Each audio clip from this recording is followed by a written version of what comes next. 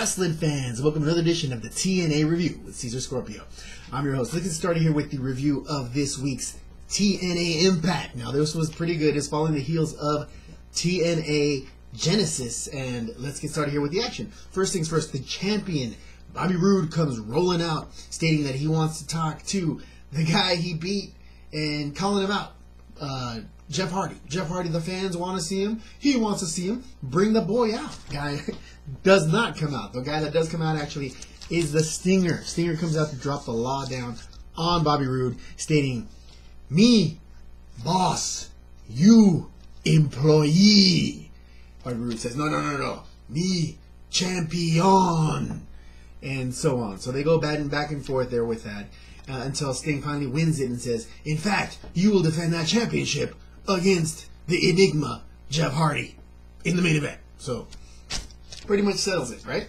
And that's how the beginning of the show here, Impact, begins. Now, after that, we have a little skit where Crimson and Matt Morgan apparently meet outside the doors of the insurance company, Direct Insurance. And, really, you just got insured by Direct Insurance? Well, I've had 2 years with my family here. Yeah, these guys were just pitching it, selling it. Whores for insurance companies. Good for you guys. Anyway, that pretty much sets up the match following that, because it was going to be a tag team match between the tag team champions, Crimson and Matt Morgan, versus, Robbie T and Robbie E. Rob Terry and Robbie E. Rob and Rob. So these guys go at it right after that for the first match of the night. Tag team championships were not on the line, but nonetheless, it was a tag team match. This match ends after they do that double team slam on, of course, not the big dude, Terry, but on Robbie E, and get the pin. So typical thing here for these guys.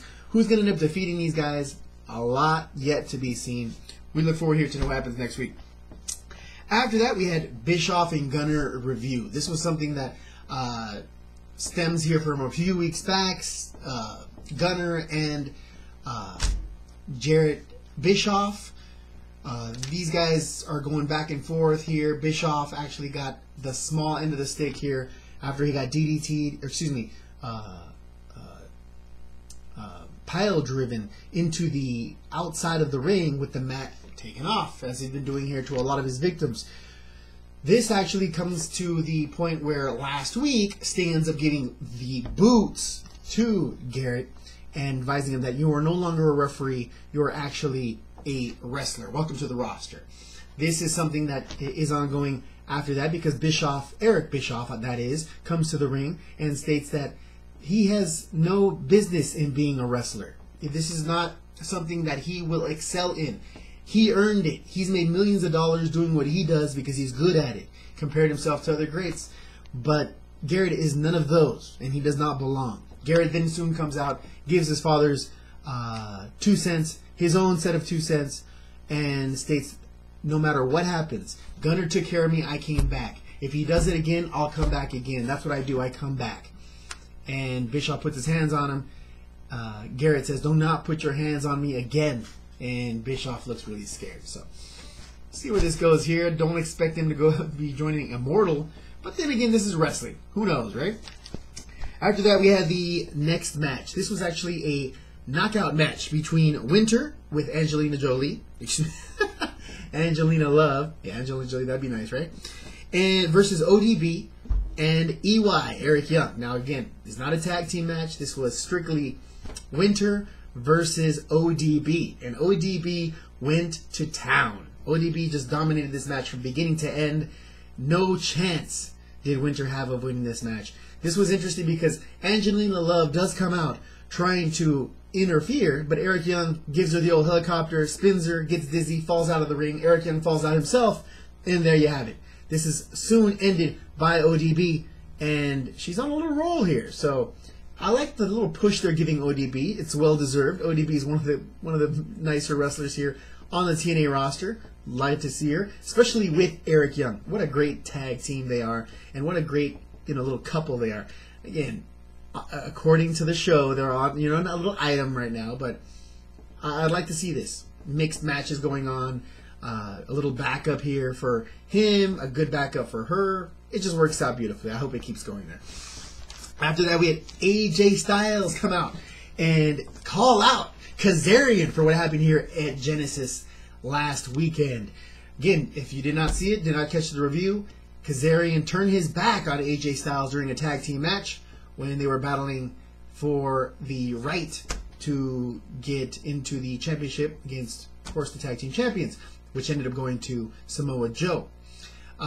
This is something that he wants answers to, and so he calls out Kazarian. Kazarian comes out, and apparently Kazarian cannot tell him why he did what he did.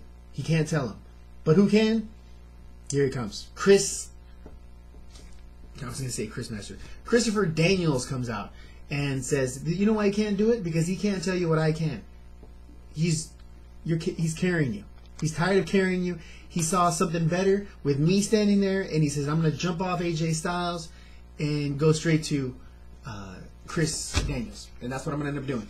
Again, they start trying to almost mix it up when AJ Styles throws the mic at Chris Daniels. But, I mean, the announcers here, Mike Tenay and Taz mentioned, which I noted as well. I've never seen that before, and that was pretty interesting to see the microphone just get chucked right at his back. And of course, Christopher Daniels sold it. And if it wasn't for Kazarian pulling Daniels out of the ring, it could have got ugly. But because here comes AJ Styles. What is that? Your boy now? Is that your boy? And here we have Kazarian. No, you don't understand. No, it's not like that, man. It's not like that. So again, ongoing, a little mixed little drama here. Interesting. What skeletons you have in your closet there, Kazarian? What's going on? We'll find out here. After that, we had Bully Ray explain the situation here with Bobby Roode. Bobby Roode's in the back having a little tantrum. I gotta fight for the belt again today. And Bully Ray mentions, you give me a title shot, I'll back you up, buddy. I'm tweeting, last week, on the pay-per-view after Genesis, with me and Abyss were going at it. I was tweeting worldwide here. Bully Ray was being tweeted worldwide. And that's all he keeps milking. Well, I understand you're jealous because you never tweeted worldwide, but I'll watch your back anyway. We'll make sure this doesn't happen if you give me a title shot afterwards. And here comes Bobby Roode. Of course, give me a title shot. No problem. We'll hit that up. Just take care of it. Come on, big man. Let's do it. So there we go. That sets up here the main event. After that, we had a little fun with Angle and James Storm. James Storm calls out Angle, stating that he is there to settle something here that happened again at Genesis. And according to Angle, there's nothing else that needs to be said. I won the match here at Genesis, and I'm done. I'm chasing the belt now. I'm chasing the winner between Roode and Hardy. That doesn't settle good with Mr. Storm. And who comes out? Sting. Sting comes out and says, no. We're having a match here tonight. The winner is the new #1 contender. And it's going to start right after this commercial break. So here comes Kurt Angle stating that he wasn't ready. He only came to visit some friends. He wasn't dressed to wrestle. He basically had cut off shirt and jeans. I mean, he probably wearing his wrestling gear right underneath. But whatever. After the break, so he runs back to the locker room. Break comes back. The wrestling match is taking place. And this match ends when you get a last call here to the face. Yeah. Chin music here to the face of Kurt Angle, and that's a wrap. So, again, we have the new #1 contender set. James Storm going to fight the winner. I hope. It ended up being here, Bobby Roode. Let's get started here with that match. That match followed immediately after. And this was a very good match. Continuation here from what happened in Genesis. Guys were going back and forth, high risk from both of these men, which was a very interesting match.